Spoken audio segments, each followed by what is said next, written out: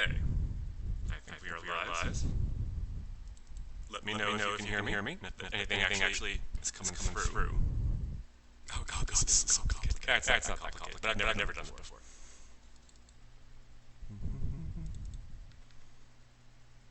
Station.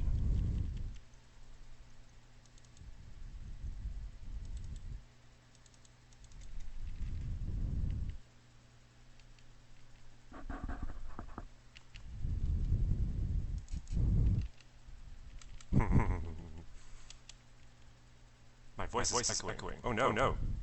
Why is my voice echoing?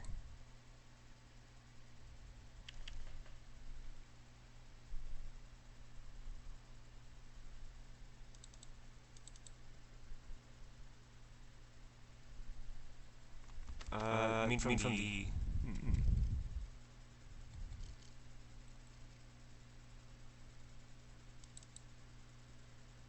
One second. Hold on. Figuring this out.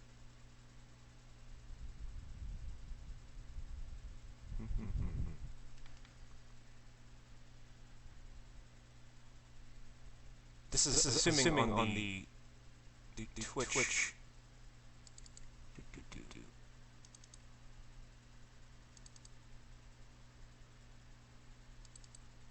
You should be hearing.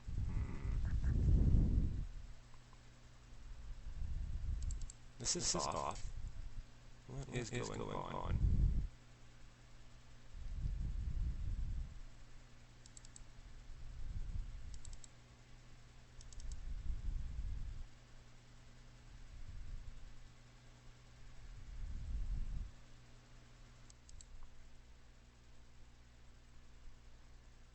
Yeah, I wonder if you can hear me now. I've turned it off completely. Yeah, hovering over the window.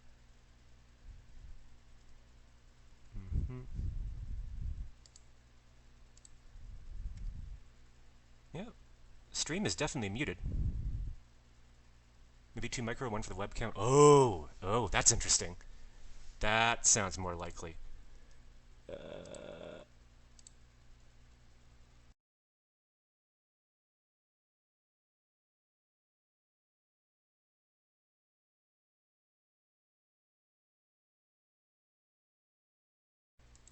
Wait, it still sounds good? Okay, I hate this stupid 30-second delay. Let's try this one more time. If it sounds good now... What did I do? Wait. Do.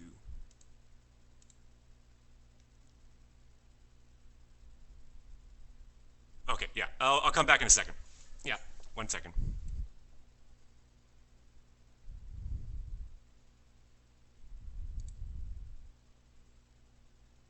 I don't know what I muted. Okay, fair enough. It sounds like everyone can hear me now. Okay, that wasn't difficult. Jeez. Yay, people are saying they can understand me. That's good. I like being understood. Thanks, Apricrab. Okay, who is first of all here? Okay, Stephanie's here, making sure I don't completely screw the pooch. And the Apricrab is, of course, in attendance. Atrelane is here. I've been wanting that should come in. Oh, okay. Nice to have you here. Okay, so what am I doing here? This is my own personal stream, I guess. I've been with Stephanie twice now on 2 different other streams. And I don't know what to do. Which is to say, so I'm Chris. I work on a lot of the infrastructure stuff. I have a little bit of scotch every now and then too, because, you know, it's good and it helps the nerves a little bit. I do a lot of stuff that is generally not gameplay. So I do a lot of stuff that doesn't involve drawing, and I do a lot of stuff that does not involve, like, you know, stuff that is user-facing and necessarily fun. But I also do a lot of technical stuff and infrastructural stuff, and I can wax philosophic about computer science and programming languages and stuff all day long. So I'm not entirely sure what the format of this is going to be. Taylor says you don't know what to do. Show things, meme, and have a wonderful time with us. Awesome. Okay. Celestia says you're supposed to code, speak French, and make fun of Tony. I'm not going to make fun of Tony because eventually that goes up the chain and then you get fired. So you don't do that. speaking French in the French accent will, of course, annoy all the French people who actually have an actual accent. Uh, I don't want to annoy them. I will take suggestions of people that are interested in particular things. Oops, let's put that back. Um, but in the meantime, I will probably tell you what I've been working on and what I've been doing. And oh, haha, he likes gameplay, crates, backpacks, Hearthling Rescue. Hearthling Rescue was like kind of that was swooping in backpacks and crates. Oh God, I remember that. Kind of don't want to, but yeah, I remember it now. Let me also just go and adjust this because it's going to get in the way more and more often. um, yeah, so what the heck have I been doing? I actually gave a really neat presentation today on something called the Topology service, which will be going into Alpha 21, barring any massive disasters. This is a way for us to figure out whether an item is instantly reachable from one location, or instantly know if it's reachable. We can't find a path, we still have to do all the work for it, but we can go and figure out if one location can see another location and then actually go and expend CPU resources on that. That was a pretty interesting piece of work. There'll probably be a Desktop Tuesday on that in the nearish, future-ish sort of thing, but I could totally talk about that a little bit. What else? I'm working on higher level things. I think one of the big things for 2017 for me on Stonehearth is going to be how do we make more stuff faster and with fewer errors. I'm starting to look at sort of some of the gameplay infrastructure, some of the gameplay architecture and things that we do, and ask, are the way we build things the right way? Are they the fastest way? Are they the best way? Sometimes, I actually took over some of the Hearthling Rescue stuff near the end of Alpha 20, and it was disappointing how difficult it was to build. I ran into a lot of friction in places that I was kind of surprised to see, and so I've been sort of trying to take a step back and ask myself, why was it hard, and are there things we can do to sort of correct that and go in a direction, move pieces of the code in a direction that allow us to basically write faster and do stuff. Taylor asks, how to make the game not lag with 30 Hearthlings on a high-end PC. Yeah, okay, hey, you want to ask me? I'm probably the right person for that. And in fact, actually, that does dovetail very, very nicely into the Topology service. That's one of the, I think, in terms of performance, we have a lot of little things. There are lots of tactical things that are wrong that we do. We do a lot of, we'll do too much logic in one particular Lua method, and that'll consume a whole tick, and that it won't stall the game, but you'll see these hiccups and you'll see things pause and it looks laggy and it's just bleh. So those are sort of tactical things we have to investigate and see, make sure that we're not doing too much work in a particular location, and if we are, parcel that work out into little units that can be kind of computed over frames and over ticks, over game cycles. But there are two major areas that still require work, and the first one is hopefully solved with the Topology service.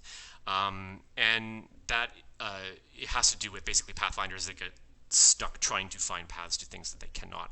So that's something we could totally talk about. And then the other one is, of course, the fact that we still rely on Lua as opposed to Lua-JIT.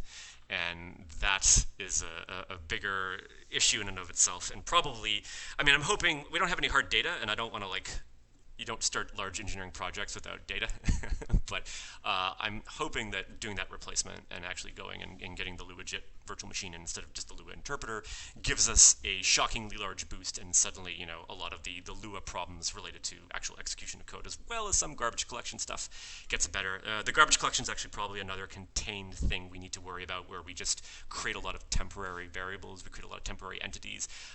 Anytime you go and you just sort of create an object in Lua, and you can do this a lot in a loop. There's no concept of a stack. There's no concept of sort of local storage. This gets reaped instantly. Everything has to be garbage collected, and it takes a while, unfortunately.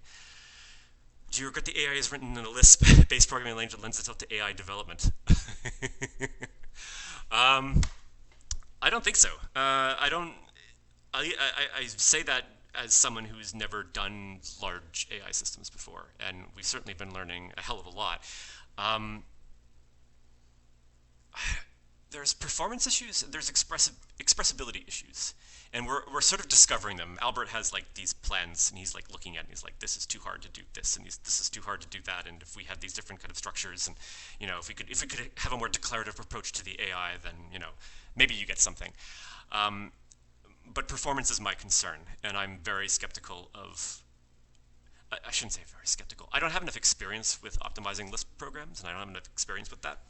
And so that lends itself to a lot of unknowns, in addition to all the other unknowns which involve, for example, how do you build a Lisp, or how do you build an AI system in general, never mind in a Lisp.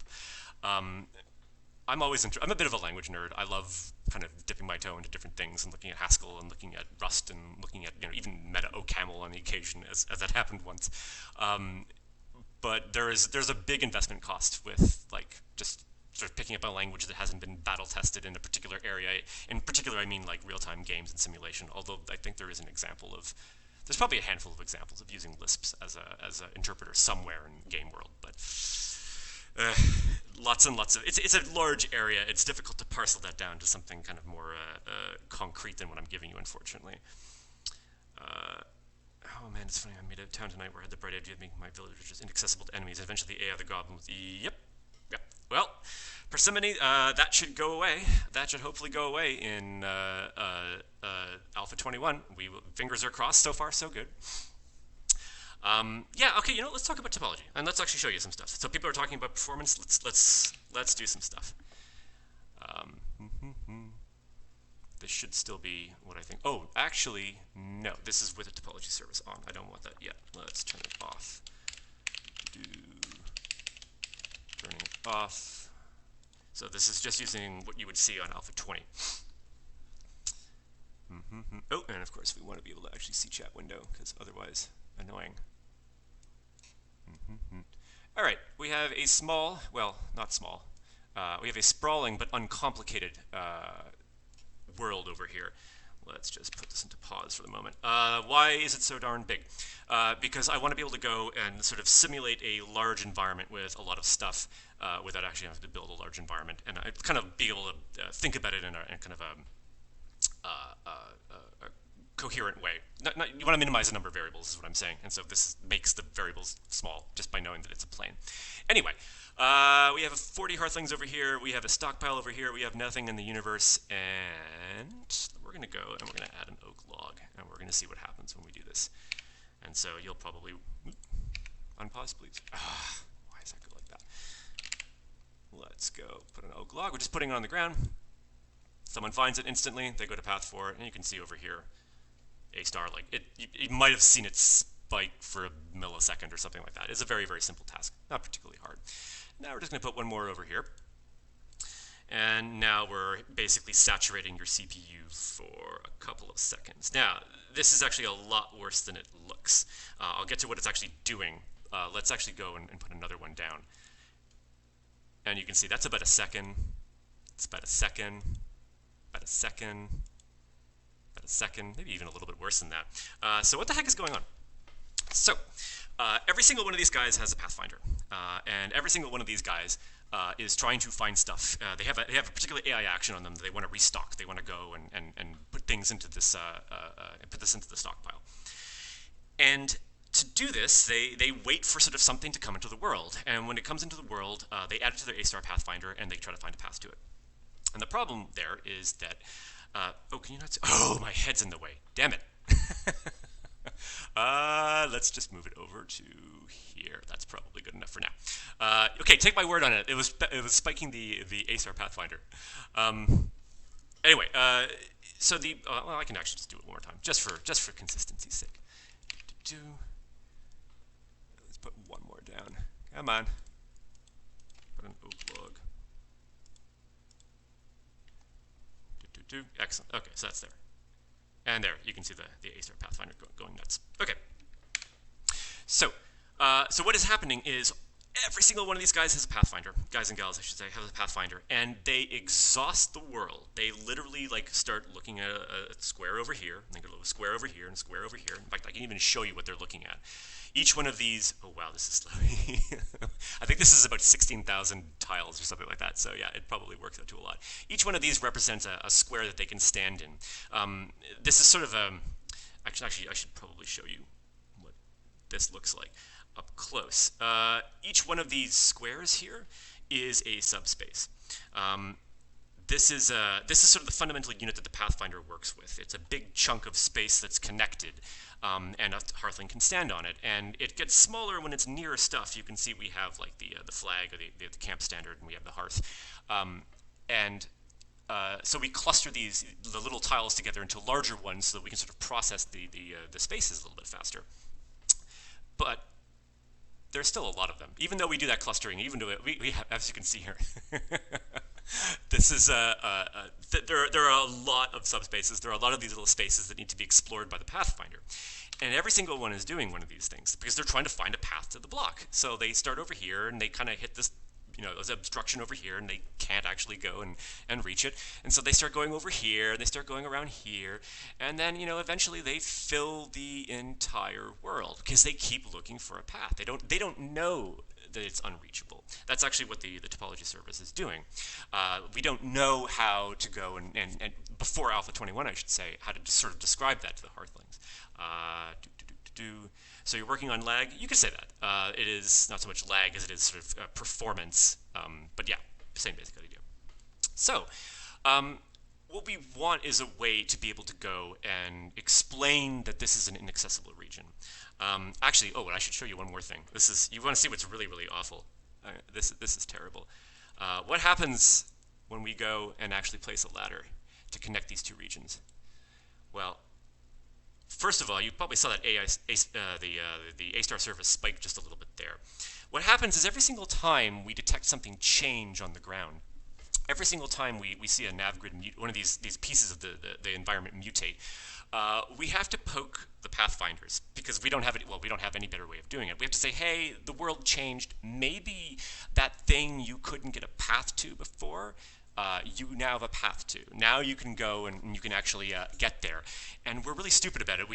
Because we don't have anything that tells us about connectivity. So every single time the world mutates, we have to keep going and hitting these A-star Pathfinders. So if you watch as he's putting down the hammer, we're just saturating. Goodbye, CPU. Goodbye. Hope you didn't want to do anything.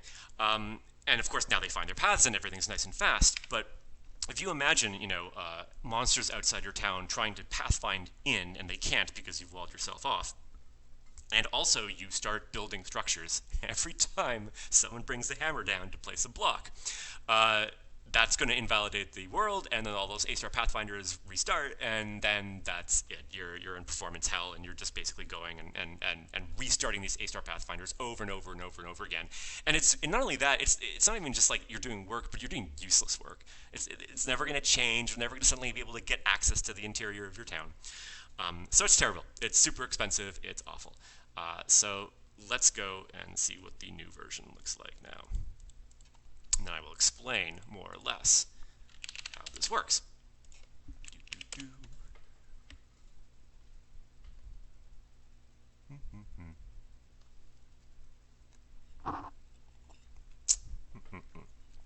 Okay.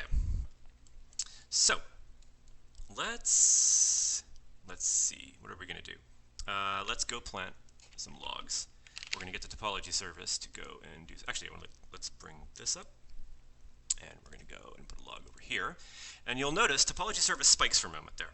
So what just happened is it was like coloring the universe. It was going and saying what's connected to what here based upon where the log is. It's a very it's what we call a lazy algorithm. It doesn't do anything until there's actually something to do. So we don't color the world. We don't make changes. We don't try to figure out topology and connections until we actually have something we need to do. And we put another log up here. Nothing happens. Nothing's happened at all. And nothing should happen because guess what? That's not connected. So let's actually take a look at what this, ooh, not that, sorry. I'm going to go and do the other visualization. And this is slow, but I apologize. Navgrid viz, topology. This shows us our colors. And what I mean by colors is we assign a color to every single sort of location in the universe. And we do that by sort of flood filling. If you use Photoshop or if you use a paint program, you know the flood fill tool, right? You put the color down and it goes everywhere, but it only goes within the borders. It's kind of that same thing. We're only going with spaces that are connected, and we color them all the same thing. Oh, did I move this over? Damn it! Sorry, I forgot that this thing. There we go. It only colors the same things that are reachable from one another. So if we look on top, for example, well, this has random colors on top. Oh, that's neat. Wait, or am I reusing colors? Oh, I might have lucked out. Hold on. So this is just a visualization bug. You're gonna have to take my word for it. These two spaces have different colors. Damn it! I rolled the die and I lost. Oh, that's funny. Okay, hold on. I want this to look correct. Hold on. I'm gonna do this again just because. Oh dear. So what do I mean? What do I mean I got lucky? I'm very lazy when I do the coloring, when I do the rendering of the colors, and I just reuse colors, or rather, I just hash them. I just hash like what the integer in the subspace is to just some random color, and we only have a very small number of random colors, so it ends up working out that you can have collisions when or in the visualization it looks like there are collisions and there are none. Let's see if I can go and do this again without being completely humiliated. That would be really funny if it happened. Good Viz, Topology. Much better. Okay, so now you don't have to take my word for it. You can actually see it. So they have different colors. This is like a yellow color, and yeah, it's so slow. It's yellow basically everywhere in the universe where this is reachable. And then this guy looks like it was all colored blue. So different colors, and that means, guess what? These are different locations. And we can do this check. So when the thing comes into the A-star Pathfinder, we go and we actually go and check to see that, like, you're a hearthling, you're on blue, and the wood is on yellow, or vice versa, or whatever. Are these colors equal? Well, the colors are not equal. They're different colors. So not reachable. Whereas, if you're on blue and I'm on blue, then they're reachable. And the nice thing is that the way that this is built is it's pretty efficient to go and do local mutations that just create sort of little local changes. You can see here just a little bit of activity, and then someone instantly found it. That was it. No big deal, no big problem. So we don't go and spend huge resources sort of coloring the universe over and over again. We have a neat little technique where when a mutation occurs, and we create these sort of these color filling tasks that surround it. So actually, I'm going to go and open up Paint because this will be a little bit more clear if I have something rather than just trying to do. I think I actually still have my stuff. Yeah, this is what I was showing the team earlier. So if we look here, where'd my mouse cursor go? Come on, mouse cursor. There we are. If we look right in this example, I want to go and make certain the chat is still visible. If we look over here, you will see that this is a schematic, an example of what the sort of the internal representation of the universe in Stonehearth looks like. And we're going to pretend that so all of this is colored green. All this is accessible by Hearthlings, and we just made some mutation. For example, we just went and connected two regions, or we just brought out a big like a pillar, for example, in the middle of the world. We go and when we detect this mutation, we create these coloring tasks right around it. And I'm actually going to emphasize this by saying these are actually all different colors when they start off. And we tell these coloring tasks, okay, you guys are part of the same thing. You're part of the same mutation. We want to, and you're also, we know we started off on the same color. This was green, this was green, this was green, this was green. We want to know how bad the damage is. We want to know how bad that sort of topology changed. So we allow these tasks to basically start going and coloring the universe. So for example, the red guy right over here is going to start up. He's going to be like, I'm going to color this thing red. I'm going to color this thing red. And then it tries to color this one red. And it's going to go and it's going to notice, there's another task here. And we were part of the same mutation. We were part of the same color. So we're going to join. We're going to join forces. And so now I'm just going to subsume this other thing. And so now we note that that other task disappears. It's gone now. So we started with 4, now we're down to 3. And then this, for example, goes, let's just say the red keeps going, and it goes and it eats this color up top and says, oh, there's a task here. I notice we're part of the sort of the same family. We're part of that same mutation. I'm going to color this guy as well. And then it goes here and here, and then it eats the final guy, and it turns him red. And then it goes and it says, you know what? Every single task that that belonged to that mutation is now singular. It's now been reduced, and it's just me. And what that means is, what it has to mean is that given that we all started on the same color, the damage to the topology is actually contained in this little space over here. So we don't have to continue to flood fill and go out and do this and this and this and this. No. We know because all the previously green squares are now connected by this red thing, we can just reverse our color and, oops, a little bit too much reversing, and go back and say the topology damage has been fixed. And we can just, and this thing in the middle is something different now. We're going to say that, oops, you know, of course that was going to happen. Are you kidding me? Are you willing to have that much undo? Okay, well, you can take my word for it. The algorithm, by using these coloring tasks, it allows us to avoid having to go and keep progressing out and keep coloring over and over again the space, over and over, every time a mutation occurs, anytime. If something locally is damaged, we can just repair that locally. Contrast this, for example, let's zoom in with this case over here, up at the top. This guy is, for example, this is a piece of surface in the game, and I've got these little squigglies up here which say it goes off somewhere. Who knows? Who knows how these are connected? And then you damage the universe, and you go and you take this big chunk out in the middle. And when you do that, we again would go and we would create, you know, our task over here, and we create, you know, another color. Excuse me. And we create another coloring task over here, and then we create another coloring task over here. And these guys have to keep coloring. They have to keep going. We can't tell that this is just, it might not be a local piece of damage. Maybe these 3, you know, parts of this bridge here don't even connect anywhere else. Maybe these are 3 completely different parts of the universe, and that this was the one locus that brought them together, in which case we would need to go and color those parts of the universe. But the point is, this algorithm, by using this technique where we can go and just represent everything as these little coloring tasks that try to join as fast as they can, allows us to represent both this case and this case at the same time.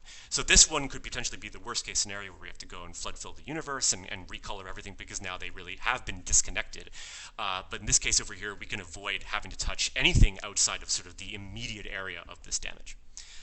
So that is hopefully a coherent description. I haven't been paying too close attention to the comments. Let's see if I can catch up here. The question, click something like the game. I do not know the answer to that. Yeah, I wish Hearthlings would be able to complain about not being. So we couldn't do that before. We couldn't say it before. We couldn't say with certainty that you couldn't reach an item because, well, we'd have to run the stupid, you know, Pathfinder. We'd have to go and exhaust the world, and then of course, you know, something would change. That we have. Now we actually have this. Now we can actually say, hey, you know, I'm in this little hole. I can't reach my bed. I can't reach any other Hearthlings. Something's probably wrong. So this is actually going to open up a few little gameplay notification opportunities for us that just simply didn't exist before. Let's see. Yeah, getting fixed. Is it live or is it Memorex? I have no idea. Wait, isn't Inkblot Tony? Or wait, is it Tom? Why no mod? Do we have Inkblot? Is Inkblot somewhere on here? It hurts. Okay, yeah, it's a little bit. There's a fair bit of technical details in this, and it's a subtle piece of code to get right.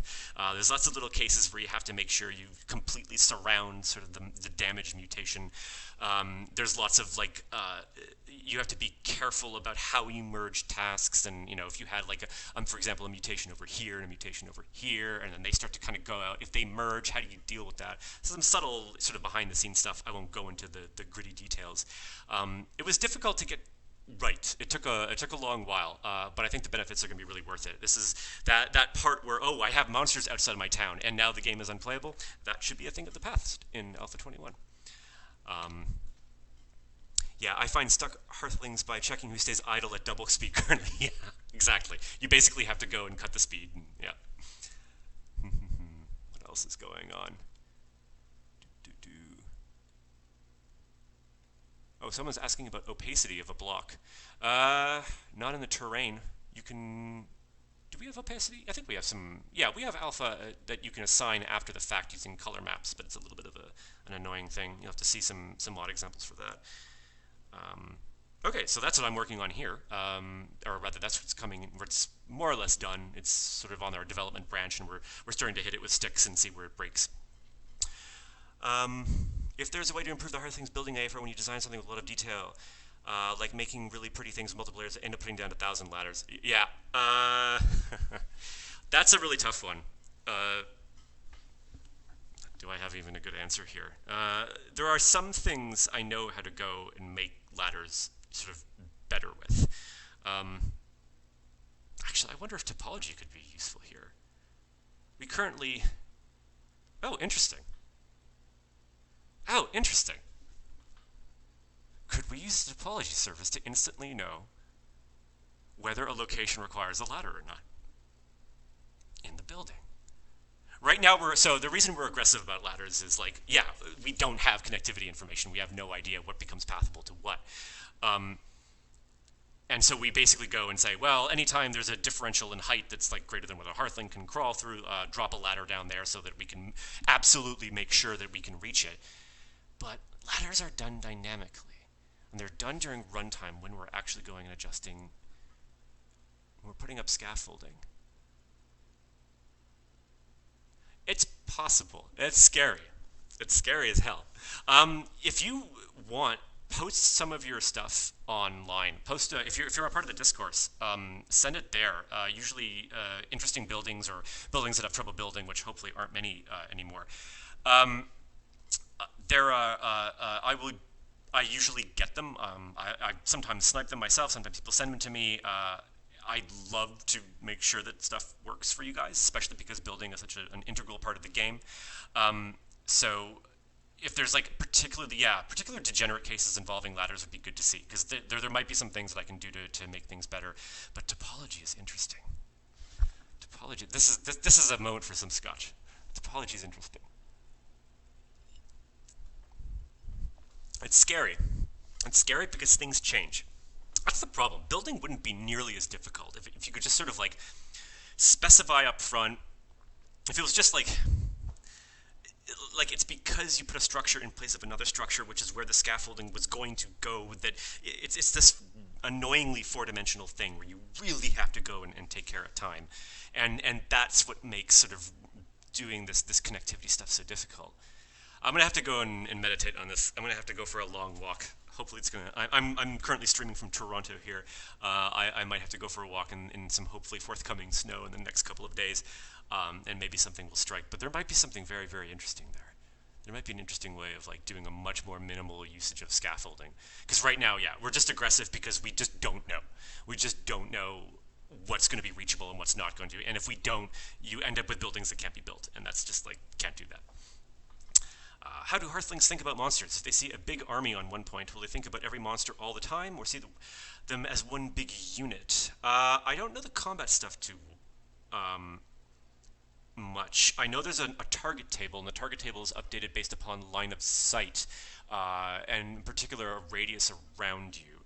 I don't think they will look at individual units to try to weight them, but that's a good question. If you have like 50 low power units and one high power unit, will they realize that the low powers are actually... I'm very sure we don't have anything that smart, but I'm not 100% sure. That's definitely an Albert question, I'm afraid.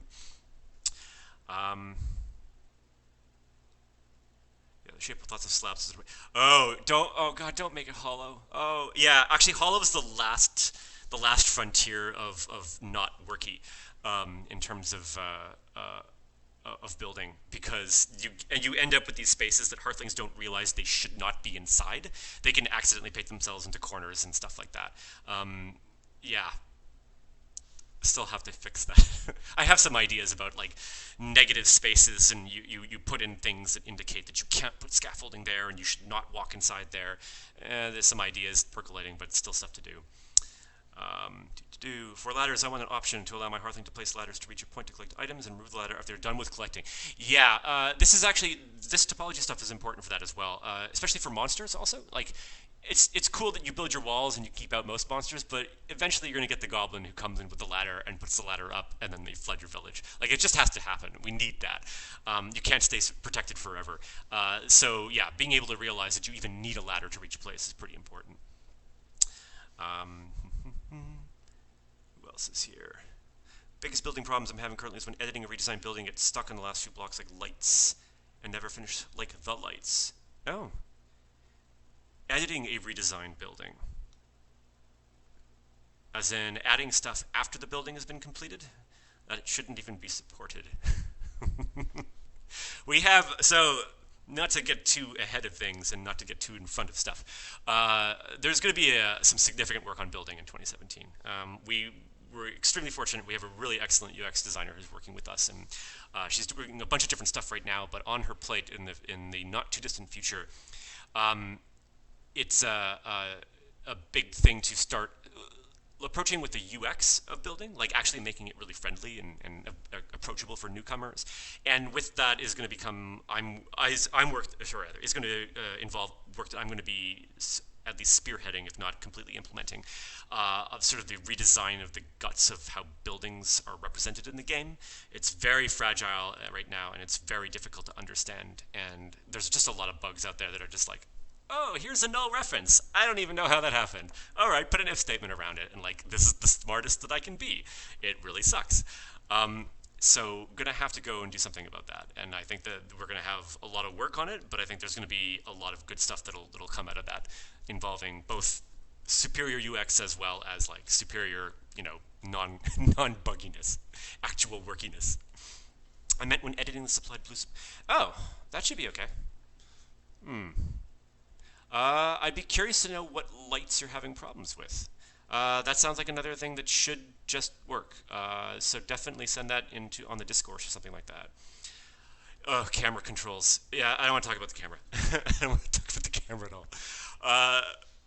It's funny. I was talking to this guy. I go to the rock climbing gym with him, and he's also a big gamer, and we got to talking about things. So I gave him a Stonehearth key. So he was playing it a bit and giving me his opinion on stuff. And he's like, for an alpha product, you got a really lot of nice, good stuff here. It's not too buggy. I guess he was playing it very gently. Performance is good in certain places, blah, blah, blah. But that camera, man, that camera just screams alpha. It just screams indie. And I was just like, yeah, I know. It's a terrible piece of crap. I don't have good ideas about it. It's super powerful. It allows you to, like, be 16 kilometers out, or you could zoom all the way in and sort of see what's going on, right in, on your Hearthling's nose, as it were. And I don't know what we're gonna do. If we should have a dual mode, like a traditional sort of, almost isometric 3/4 view. You kind of scroll around, you can zoom in, zoom out a little bit, and then, is there an alternate view that gets you up close and personal with Hearthlings? Is there something specific to buildings so that you can like rotate around easily and see like interiors and cutaways and stuff? Yeah, we're going to be exploring that, I'm sure, along with building for a while. So, but if you have cool ideas, by all means, like, send them in. I mean, it's a weird problem, and we're kind of a weird game in sort of the freedom that we allow you. We need to start constraining that, but without taking away all the cool things that we give you because of such a ridiculously powerful camera. What else? Yeah, the game's pretty lovely. That's why people go soft on it. I mean, regardless of the game so far. Thank you so much, guys. It will get better, I swear. Sensitivity option for the camera would be nice at least. Ooh, first-person view. Yeah, maybe. Maybe, but I don't want it to be like, what are you going to do then? Are you going to have, like, collision detection, and you're going to run around, and then we're going to give you a rocket launcher? Like, I don't know. Not sure. What if you could put down an anchor that you could visually rotate? Yeah, maybe. Or anchor it against objects, like anchor it against a door or maybe the side of a wall or something like that. That's a definite possibility. But it still has that issue of like, well, what do you do when you kind of like, do you clip into buildings or do you just stop? If you stop right in front of a tree, what's that going to look like? We'll probably try a bunch of different things, but we'll see. Or multiple and save them as presets for switching. That sounds powerful. That sounds a little too powerful, but At the same time, that reminds me of sort of like the Starcraftian sort of hotkeys, where like you want to go back to base, you want to go back to your current battlefield or whatever. So that's an interesting idea. I wonder if that would be maybe if you could cycle through buildings or something like that. But then again, we need sort of a concept of a more logical building than I think we have right now, or mostly. Oh, Mally has just joined us. Hey, all. Sorry, I completely forgot about the stream tonight. No worries, sir.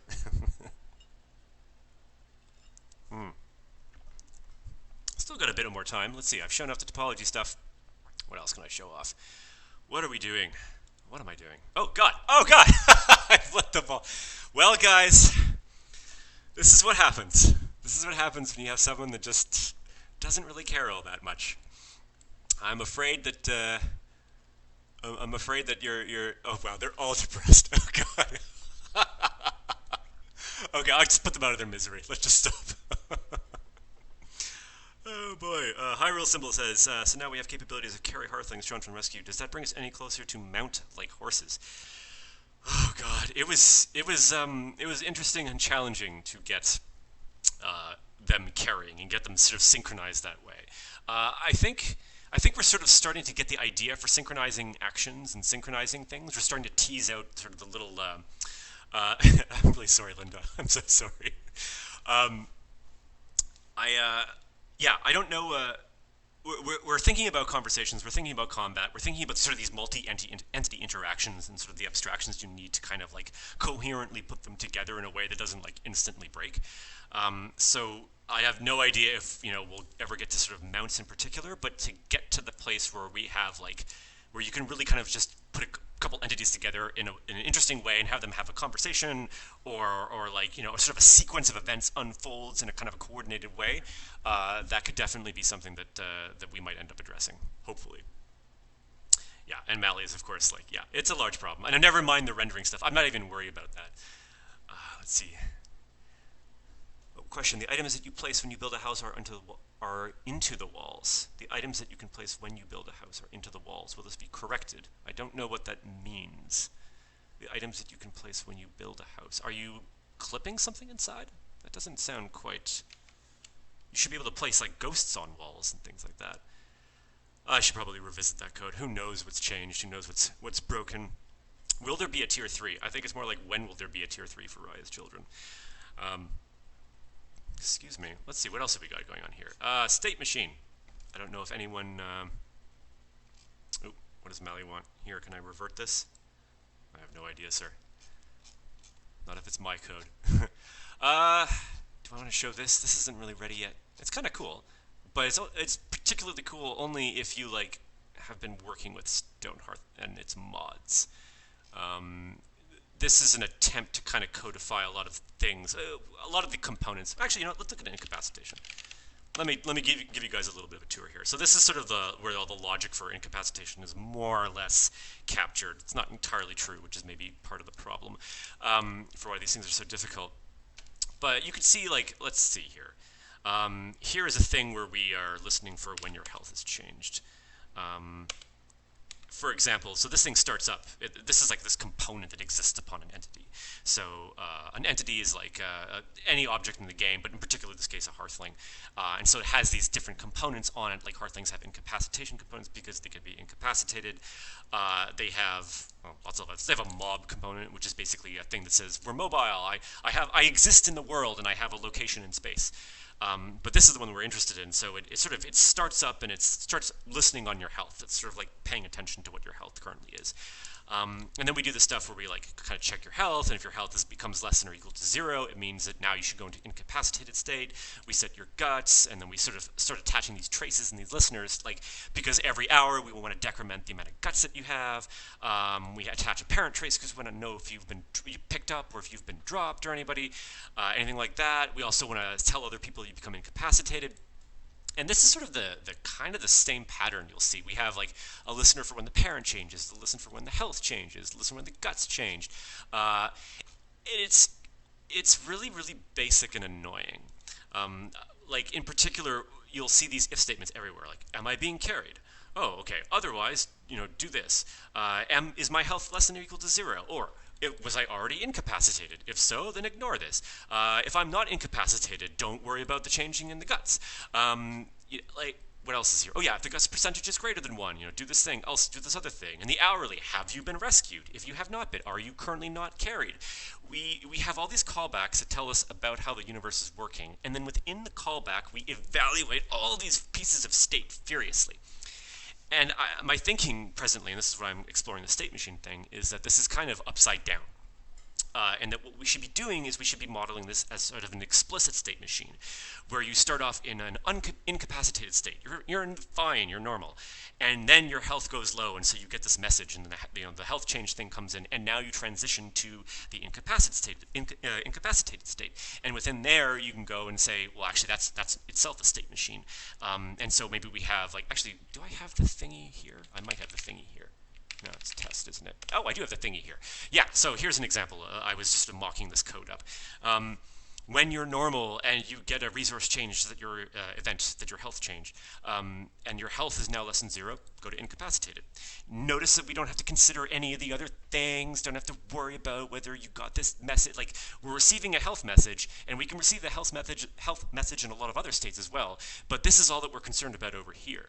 So it kind of keeps all this state and all the sort of little weird bits that can go everywhere, as you saw in the other one, completely localized. This is another example.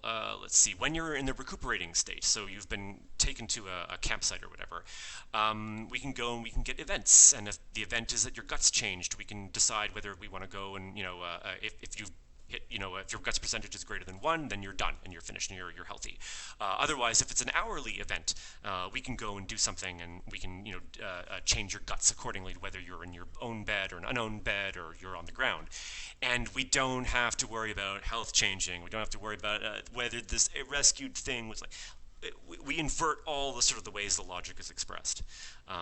So that's what this actually doesn't work yet. I'm still in the processes of kind of putting this all together, but that's one of the pieces of code that I'm working on. Let's see what else people are saying now. So can Hearthlings not die anymore with the rescue thing? Oh, absolutely. Of course they can die.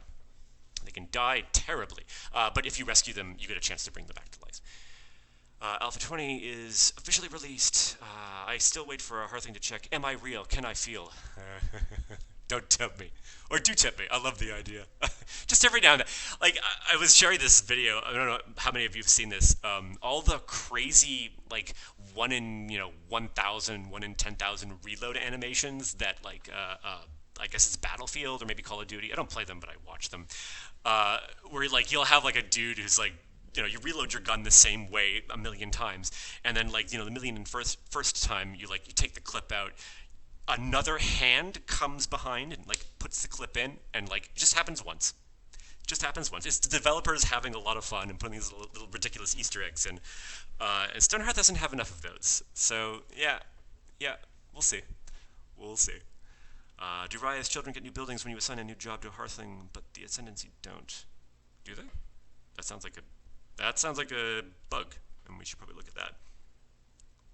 I feel like I cheated a bit by finding this game now after it's so playable compared to when I started. Yeah, it's taken a while. This is an extraordinarily challenging project. There's a big difference between, knowing software engineering principles because you worked at some, quote-unquote good companies, and then being thrown into the fire of building this ridiculously arbitrary simulation that we are all learning and kind of falling down and making mistakes and getting back up and trying to get better at. That's fine though. No, I'm glad you're enjoying it. I'm glad things are still, are working well for you, but not a bug. Ascendancy do have tier 2 buildings though. Oh, they just have more. Oh, sorry. I see what you mean. Oh, yeah. We need a lot more templates. We'll get there. Too many things. Too many people doing things. What else? What else is going down? Let's see. Was I looking at anything? I was doing lots of incapacitation bugs. I was doing the topology stuff. I've got started on the state machine stuff. We need a silly mode where to add more crazy things. So if you start a new game, you can check a box with do you want to play in silly mode, and it's just filled with ridiculous stuff without having to worry about the normal gaming becoming too crazy. I like the idea that we keep it in a normal game. Like Stonehearth is lighthearted. It's not super serious. It's not supposed to be. So occasionally weird, silly, tongue-in-cheek, fourth wall breaking things should happen. Um, when we'll be able to assign people to build specific buildings. So we're talking about specific workers. Like the idea is always supposed to be that you have, like, okay, going backwards maybe what you want is to limit the number of workers working on a building, right? Rather than having, everyone gang up on the one building, maybe you do want 4 over there and you want 4 over here, or something like that. Having specifics seems, it's heading down sort of the StarCraft route. I'm not sure that's the best idea. Because it just means that now you're going to have these direct controls and direct commands and things like that. We have some similar, or not complaints, but similar suggestions about like, what's it called, stockpiles, and being able to sort of prioritize certain stockpiles, especially for food and things like that. Where you want this stockpile, it should only contain food, and it's also high priority. You should be checking it in order to, like, put your cooked meals there so that you'll get that when you actually want to go to dinner. So there's some priority stuff that we could be looking at. Definitely. What else is going on? It'd be useful to have different teams of work, especially. Yeah, okay. I feel like, yeah, it should probably be on the building then. Either a priority on the building or, being able to say, this many Hearthlings are working on it. Or alternatively, maybe on the building you could actually have a list of Hearthlings. I don't know. It starts to get finicky. But I definitely concede the point that, yeah, you want it as a feature. How about you make it so that you don't have to micro, but rather add the option for the people who do want it as a feature? Oh boy, you go down we've tried stuff like this. I remember when we had it for the what was it, the Trapper. This is back in like Alpha 3, Alpha 4. There was not a war. It was very polite. It's Stonehearth, right? It's the Stonehearth community. Everyone's like really, polite and nice. But it was very vociferous opinions, nevertheless, about not having the Trapper be manually placed and manually moved around. But yeah, there's this tension we're trying to walk between, like, this sort of fully automated world where you just sort of set the goals and the Hearthlings do the best thing they can to figure out, and also this realization that, well, actually, you're still smarter than them. So there are places and times when you're going to want to go and balance things out a little bit yourself and be able to, like, either change priorities of things, be able to have like we have combat groups. That's something that we can't allow Hearthlings to do themselves. It's too important. It's too difficult for the AI to figure out. So yeah, but definitely I would say, at least in terms of priority or the maximum number of Hearthlings working on a structure, being able to tweak that could be really, really cool. And yeah, as Atrelane says, like, if you have different structures at different parts of the world, and right now, okay, there's also an outstanding bug where you will have Pathfinders running that are racing one another, such that you can have a Hearthling right next to a structure that they ought to be building because they're right next to it, but because they just lucked out and they lose to someone who's really far away, who already had a running Pathfinder that had explored right next to that structure. So this guy who should be doing the work goes off and eats, and this jackass has to go and walk 10 kilometers to go and hammer down 3 blocks, and then you just know he's going to go away and they're going to trade again. That requires some finesse within the AI system, but that should at least make the problem where you do have these trades going back and forth of Hearthlings that really ought to be right next, just doing the work that's right next to the structures, and they're not doing it. All of this needs to get done. All of it needs to be in there somehow. When item hauling, I will have 30 copper mined and sitting when it was mined, but it counts in my blacksmith's available resources. No one hauls it even when there are spaces in storage. It makes for a long time. That's interesting. Any fixes for that? Plans to make the coding better for the cases like that? That's interesting. That shouldn't. Always micro it and have a Hearthling take the chest. Yeah. I wonder why. It could be that they're exhausting their Pathfinders trying to get there. It could be a bug. That should be the case. If you have open storage and it's available and it accepts copper or whatever, and you have Hearthlings, if everyone is hauling, there's no priority to the hauling. So whether you really want that copper that's far away or like the wood that's right next to you, there's nothing you can do right now about that. But again, if you do have stockpiles where you could prioritize hauling certain things over others, maybe we can get there. But it sounds a little bit more like a bug to me. I wouldn't mind seeing that save. How do I do it is, yeah, put a box next to the copper and then manually move the box to the smith. Yep. Could also just have too many things being hauled. Yeah, exactly.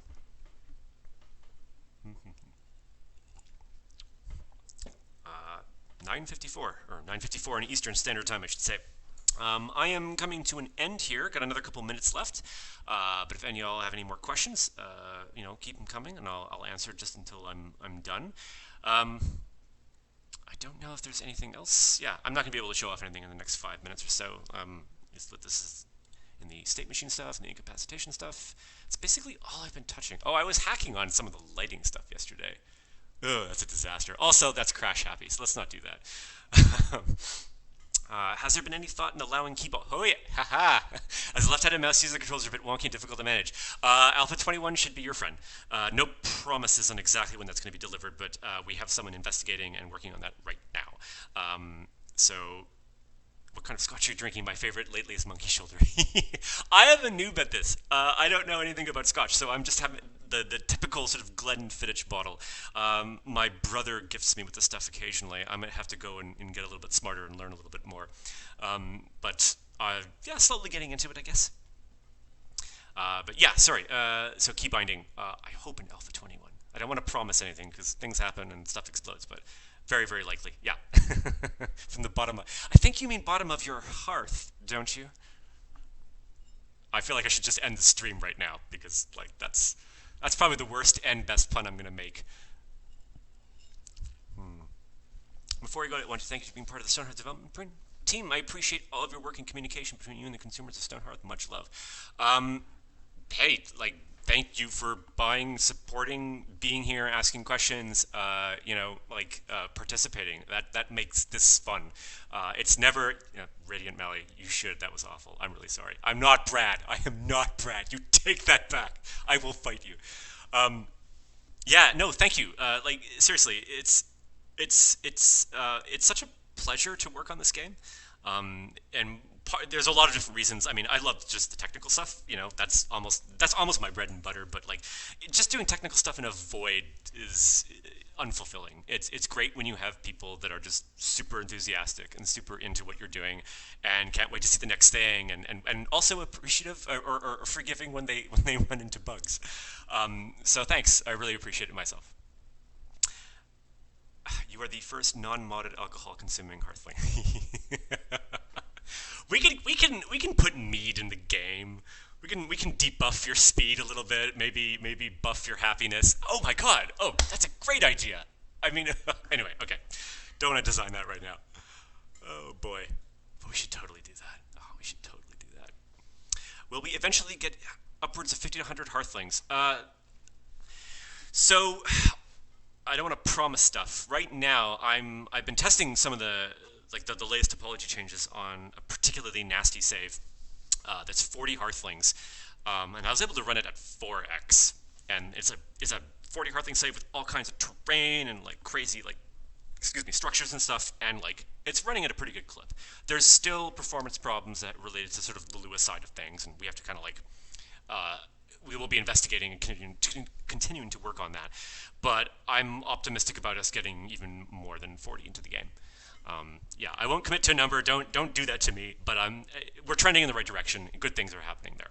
So I'd like to see underground stuff like caves and tunnels. Yes, I'd like to see that too. I'd like to see that too. Lol. Then also add depression and alcoholism. And then we're just going down to the Dwarf Fortress realm. Which is maybe not the worst thing in the world, but when everyone goes mad and kills each other because there's cat urine everywhere, like it's kind of confusing, but also really awesome. Oh boy. Okay, I think I'm going to be wrapping up in just the next 30 seconds. So if there is nothing else, I will wait it out.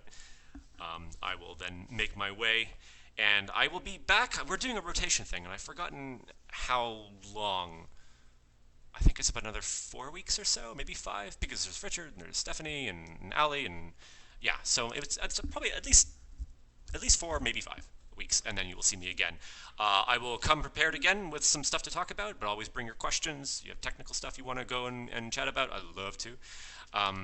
My pleasure to do that. So, all right, thank you for the awesome stream. You're very welcome. Good fun. I'm glad you enjoyed. All right, let's see if I can turn this off without like crashing the universe or, destroying everything everywhere. Right. So that's it. Yep, I am signing off. Take care, and